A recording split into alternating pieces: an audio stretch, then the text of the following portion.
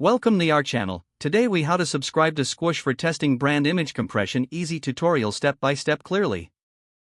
In the address bar, type in the URL for Squoosh and press enter. Once the Squoosh homepage loads, look for the option to create an account or sign up. Click on the sign up button to begin the registration process. You will be prompted to enter your email address. Choose a strong password to ensure your account is secure. After entering your details, review the terms of service and privacy policy. If you agree, check the acceptance box. Then, click on the Create Account button to proceed. A confirmation email will be sent to the email address you provided. Open your email inbox and look for the confirmation email from Squoosh. Click the link in the email to verify your account. Once verified, return to the Squoosh website. Log in using the email and password you just created. Now that you're logged in, navigate to the image compression section. Upload the images you wish to compress for your brand.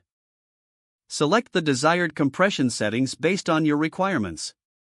After making your selections, click the Compress button. Wait for the compression process to finish. Once complete, you can download the compressed images. You are now ready to test and utilize Squoosh for your brand image compression needs. If the page does not load, refresh the browser or try again in a private or incognito window.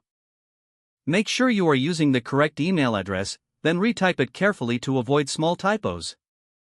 If your password is not accepted, use the reset option and create a new strong password you can remember. Check your spam folder for verification or security emails, then complete any requested confirmation steps. Enable two-factor authentication if available to improve account security and reduce unauthorized access risk. After signing in, review your profile details so your contact information and settings are accurate and current. If you see an error message, note it down and try again after restarting your device and internet connection. Log out when you finish, especially on shared devices, to keep your account and payment information secure. Don't forget to like this video and subscribe to our channel for more step-by-step tech guides.